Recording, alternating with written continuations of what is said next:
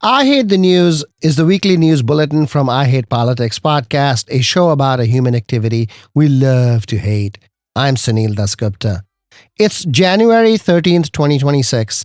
The killing of Renee Good by ICE agent Jonathan Ross in Minneapolis led to protests last weekend across the DMV area, and two Maryland state delegates, David Moon and Adrian Boafo, have proposed new legislation to deter ICE abuses. Governor Wes Moore promises new spending after promising no new taxes.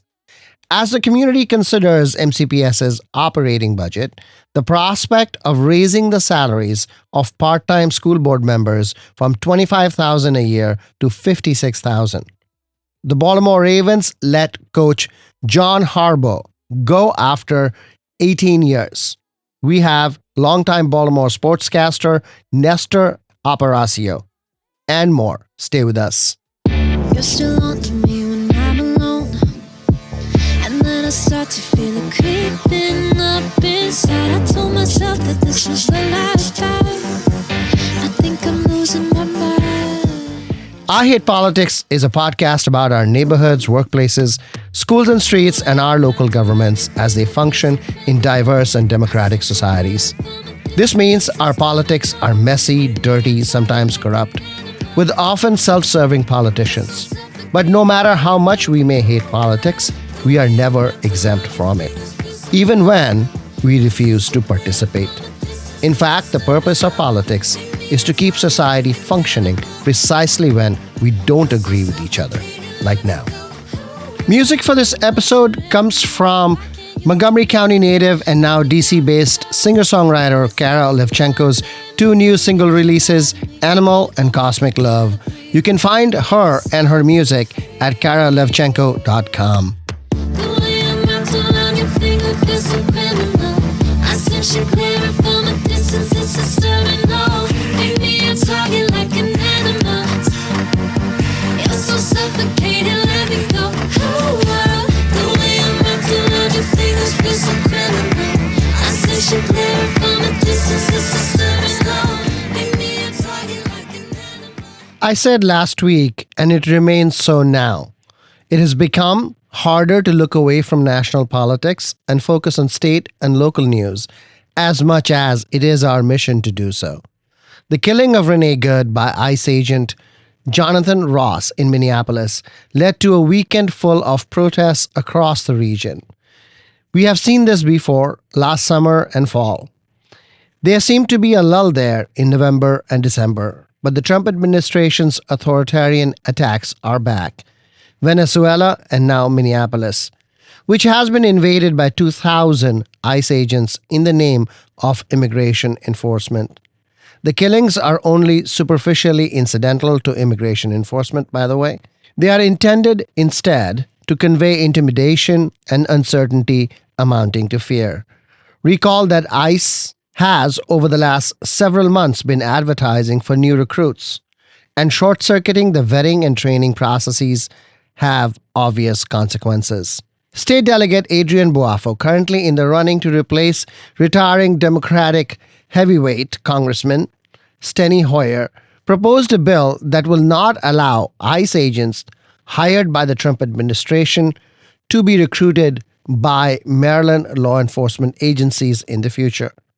Unclear how such a law will in fact be enforced and whether courts will let it stand if passed, but it seems clearer that the political demand for and the willingness to supply this type of legislation is only likely to grow as Trump's predatory policies play out. Latest numbers suggest that ICE detentions have doubled in Maryland, up to 3,300 in 2025. Given the number of wrongful arrests, it is unclear whether this increase in numbers represents justifiable arrests or simply intimidation. State Delegate and House Majority Leader David Moon has also proposed a new law that will direct Maryland State Police to identify and retain digital information, including cell tower and GPS data for ICE agents in case of complaints of abuse of force. Moon explains. With the public broadly concerned about ICE conducting so much enforcement using masks, I decided to attempt to reassure the public in Maryland that we in the state are trying to do everything we can to ensure that there can be accountability and justice for victims of misconduct. So that's the backdrop of this bill, which I'm calling a digital unmasking bill.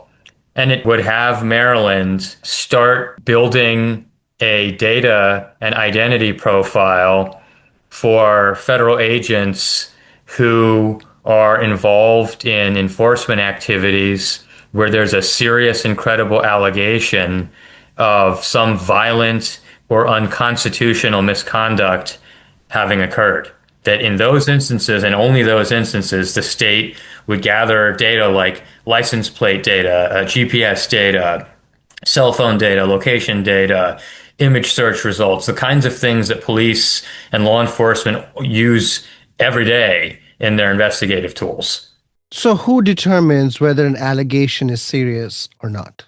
Well, I'm still talking through governing partners with how to construct a policy like this, but right now I've got a placeholder that this would be done by law enforcement officials in the state, particularly the state's attorneys and attorney general who already receive complaints of illegal conduct and have to make determinations as to whether there's a serious and credible complaint here worthy of them using their discretion to take action on. So it's just asking the existing state prosecutors essentially to be able to receive and bump these types of complaints up to the state police to start gathering information about the federal agents and vehicles and phones involved in these incidents.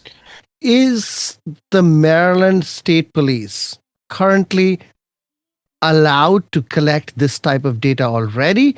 Yes, police in Maryland already have many tools at their disposal, and these include things like vehicle license plate scanners, facial recognition and photo recognition software that scours through photo profiles in order to match suspect photos of your clothing or your face. I do believe this is going to remind ICE agents that they are not totally immune and unaccountable from every consequence of, again, illegal, violent, and unconstitutional misconduct, that they might need to remember that these tools are out there and that there ought to be the opportunity for victims to seek redress in court.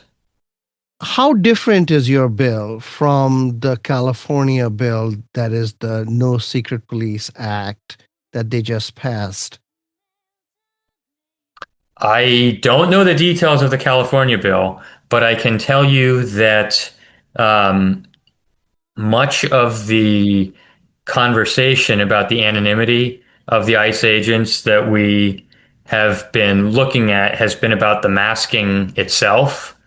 And so I do believe we're going to have a very robust discussion about that in Maryland, and that many states have been looking at the actual masks themselves, whether to allow or attempt to allow or disallow the masks. And so I think that's going to be a lively topic.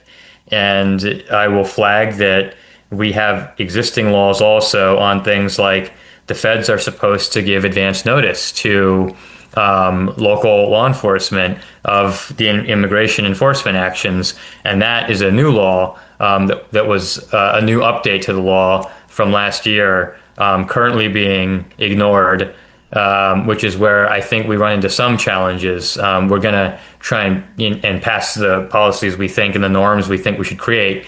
But in many instances, ICE will ignore them, as they're currently doing with that law. And so it does create a bit of a situation where it's a matter of who's going to enforce the law and how can they. I was thinking about the overlap with the 287G debate that Maryland has had, where ICE cooperates with the local police department.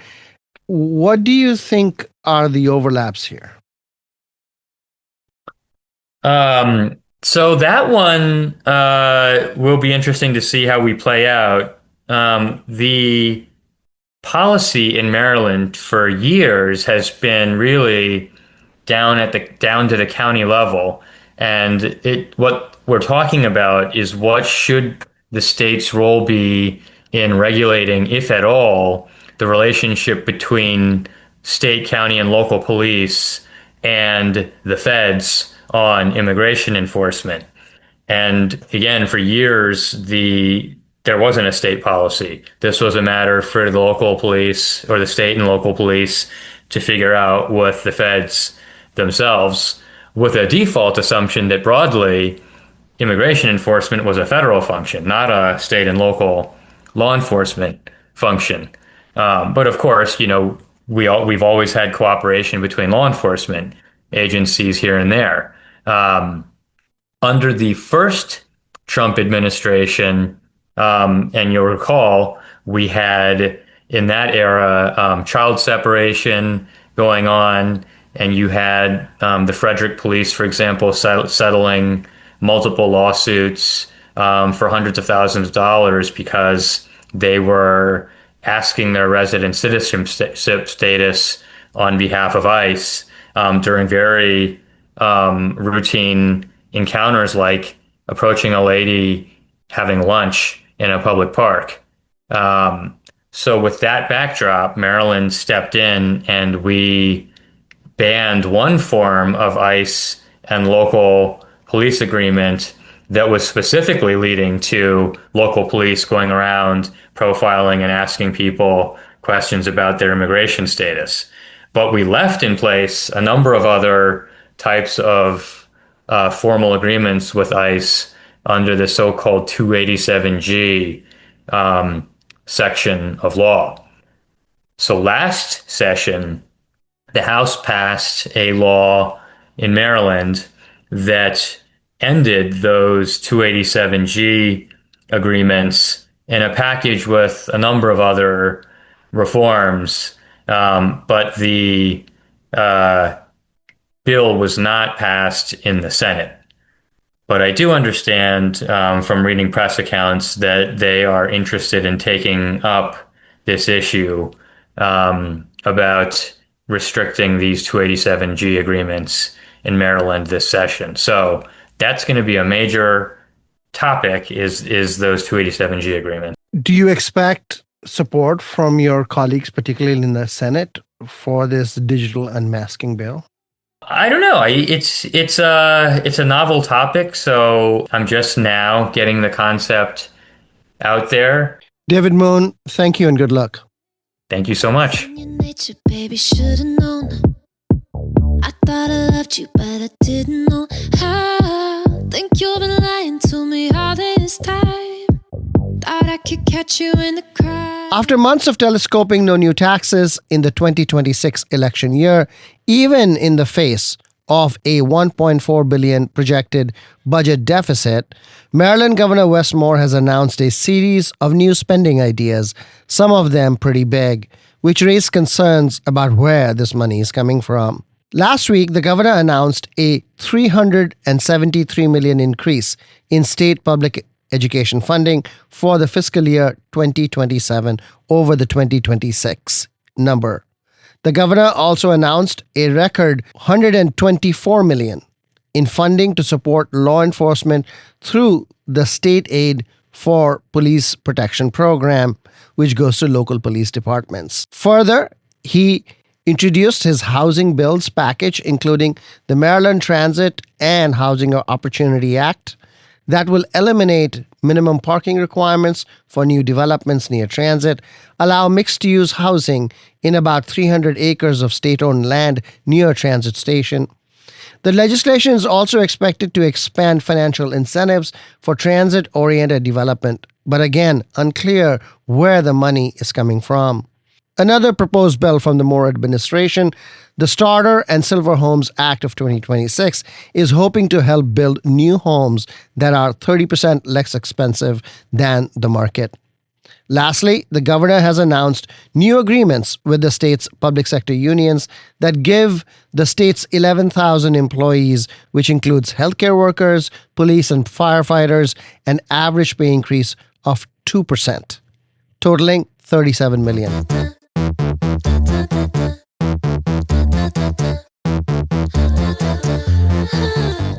Montgomery County Public Schools is wrestling with its operating budget, but a small potential change has big political takes. Delegate Lorik Cherkudian of District 20 has proposed a bill to raise the salaries of Montgomery County Board of Education members from the current $25,000 a year to $56,000. This has been a repeated item. 4 years ago, then Delegate Eric Lutke had proposed a similar change but was turned down. Last year, there was a proposal to increase school board salaries to full-time level, $120,000, which went nowhere. This year, Cherkudian's bill makes a smaller request. Senator Craig Zucker from District 14 in the Olney-Ashton-Burtonsville area opposed the salary hike the last time, and I asked him what he thought about it now. For me and my colleagues in the Senate, although I can't necessarily speak directly for them, a lot of it is just based on a timing issue. Right now, there has been tremendous pressure put on the state of Maryland, all states, by the Trump administration. We have less money coming in. Given all those dynamics, it might make it more difficult in this type of budget climate to provide pay increases for school board members who are certainly deserving of pay increases. But right now, at least my focus is making sure that those folks that have lost expanded health care coverage, those folks that have lost benefits, that's really where we put the emphasis of at least the state budget. And I hope that the county focuses on that as well. You know, we're talking about less than $200,000, and MCPS's operating budget is $3.8 billion. So, I mean, it is really really small drop in the ocean. But do you think that the optics of that are really bad right now? When you're looking at a budget, it's pieces of a pie. So 1,000 here, 1,000 here adds up. And when you have the public schools in every jurisdiction of the state, especially in Montgomery County, with buildings that need repair, with teachers who need to be paid more, with classrooms increasing in size, and our commitment to education funding, all that adds up, and that money has to come from somewhere. On the Senate side, from the Montgomery County delegation, there seems to be this view that, you know, maybe not now, but on the House side, the delegates from Montgomery County are that they should do it. Do you see that divide, and why should that divide be there? Well, I think that's what makes government work. I don't think it's a divide. I think it's this is how government should function. How do you decide in the delegation when there is this difference? I mean, is it just a majority? How do you choose? We have a delegation process. So we have a Montgomery County House delegation, and the same thing with the Senate. We have local delegation bills, of which has both hearings, has a hearing in the House, and senators are welcome. And if the Montgomery County House delegation passes it, then it goes to the full standing committee of the House of jurisdiction. And then it just goes through the legislative process. So then it would go to the House floor, and then it comes over to the Senate. Okay, so that's when you would have a say, not before. Correct. Oh, okay. Craig Zucker, thank you. Of course.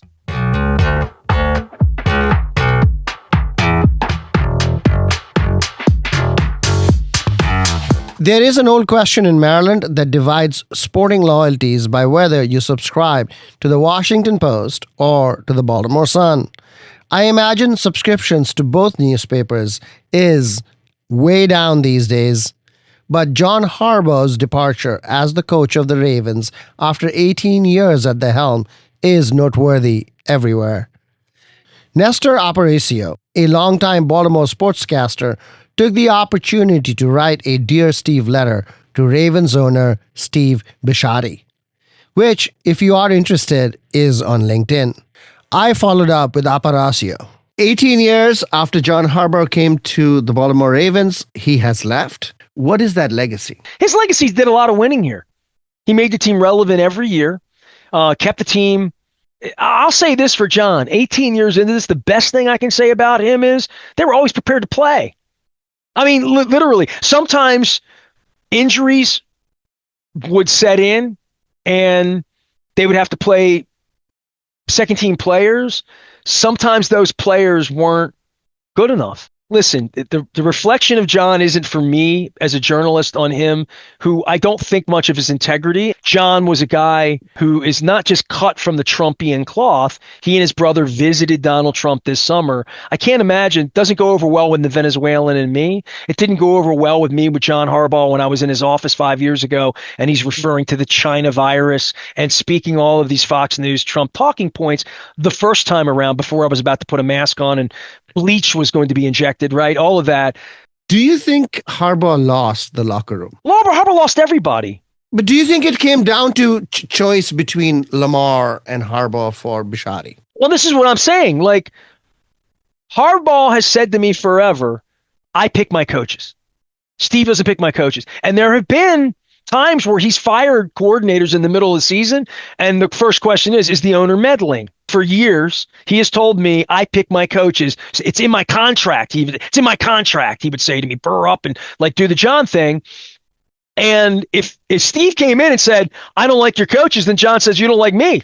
Like literally, and that might have been the end of it. There is conjecture about Todd Monken, the offense coordinator, and Lamar Jackson and relationship and all that. Lamar's the franchise right this minute. And I can see where John would say the players don't run the locker room.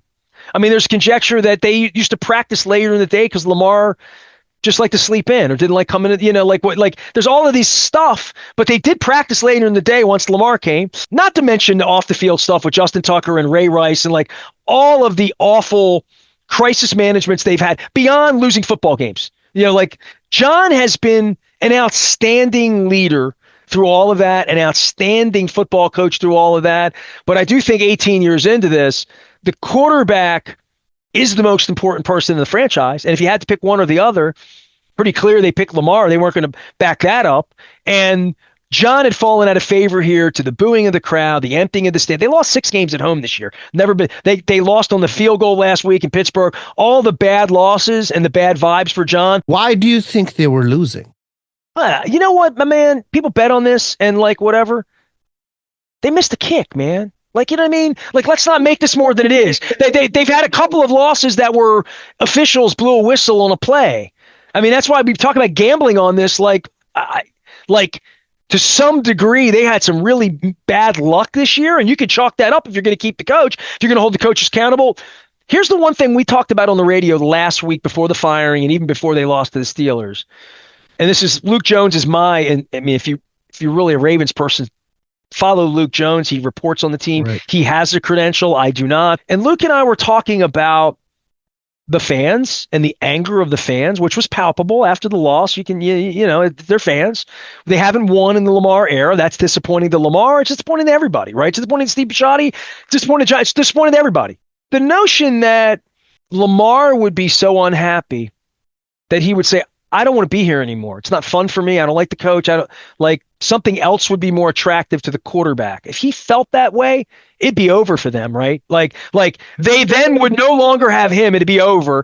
And how could they possibly return the coach who's unpopular without the quarterback who would be even more unpopular, the coach, if the quarterback said, I don't want to be here and went and played in Miami? And the owner would be holding the bag for that as well as the general manager, where Lamar asked out of here, how bad is it to play for John Harbaugh or how bad is it to play in Baltimore? If that were to happen, they would have to accommodate that. And they already have to negotiate with him. And it's really sticky because he doesn't have an agent. His mother's his agent.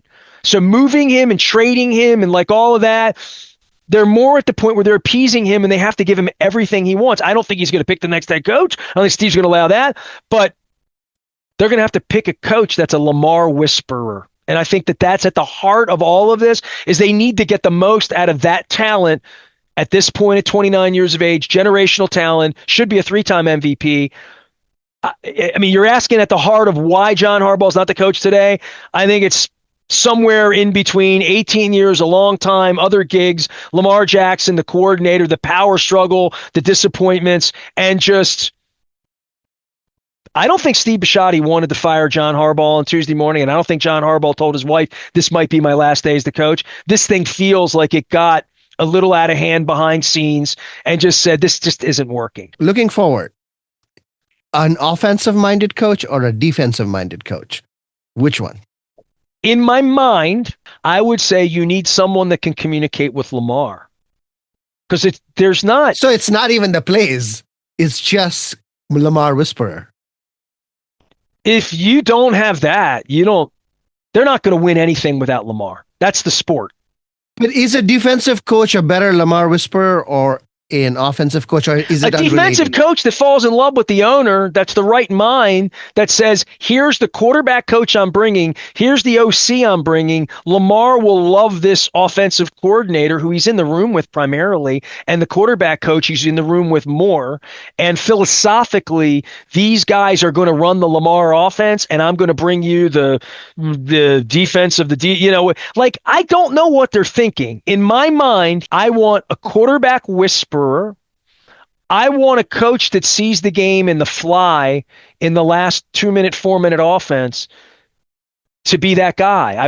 And that's the reason McVay, Kevin O'Connell, the Bears coach, like, to have someone out on the field when you're trying to win the game with the headset on that has been a quarterback, seen the game like a quarterback, that would be a benefit. That's why Kevin O'Connell is the Vikings coach. When you have that kind of quarterback, you have to think that way. So for me, two things I need. I need a quarterback whisperer. And for me, in dealing with Steve Bisciotti, in dealing with Lamar Jackson, in dealing with Eric DaCosta, in dealing with a sort of trying to sell tickets and sell enthusiasm, I would hire someone else who is dented luggage. Someone who got their ass kicked somewhere else, Mike Vrabel, who got this new gig and is now second-time coaches. So I know it wouldn't. They hired Stepnoski coming from Cleveland. You look at his record and say he sucks. He might be the right guy for Lamar, but he's tarnished because he was a head coach and failed elsewhere. Humility, huh? I don't even think it's humility. I think it's wisdom. They brought Anthony Weaver in this week, who was a Notre Dame guy, who was a player here. I knew him as a player 20 years ago. Great coordinator, on the come, defensive coordinator, worked in the building. And the interesting dynamic for Steve is whether he's going to hire someone with Raven roots, Steve roots, Harbaugh roots. I don't know. I do know this, and I'll leave you with this. This is the first time in 18 years, unencumbered, Eric DaCosta, Ozzie Newsome, who's in on this, and Steve Bisciotti can call anyone in the industry other than head coaches and associate head coaches, but even those people can get interviews. They can interview every single great mind in the game. Bring them in and say, what would you do with Lamar? Get their best idea. What would you do to stop Lamar? Get their best idea. What would you do if I gave you my franchise? And they're going to come in with their portfolio and they're going to give their best shot. So you talk about learning. The IQ of the Ravens organization will be raised. Whoever they hire, Steve Bisciotti has made billions of dollars, Sunil. And if you Google him, he made it picking people. He ran a staffing company. Nestor Aparicio, thank you for taking the time. Thank you for the insight. Appreciate you, my brother. I don't care if silence playing games today, but it ain't fair. The thought of you takes me away. Now I need air. Yeah, I think I got lost in my head again. Baby, That's all for this episode. Be sure to check out our feature interview series that comes out Friday mornings. I Hate Politics is produced by me, Sunil Dasgupta, with support from the University of Maryland, Baltimore County. I direct UMBC's political science program at the Universities of Shady Grove in Montgomery County, where, among other things, we explore and learn about politics, government, and society close to home. Music for this episode comes from Montgomery County native and now DC-based singer-songwriter Kara Levchenko's two new single releases, Animal and Cosmic Love. You can find her and her music at karalevchenko.com. If you want to share your music on the show or know someone else who might want to, please email us at producer@ihppod.org. I hope you will subscribe and share the podcast as we bring you stories about politics close to you and to your home. See you next time. Can't read the signs, it's like perfect timing. Got this love is shining. Pardon me, it feels like we can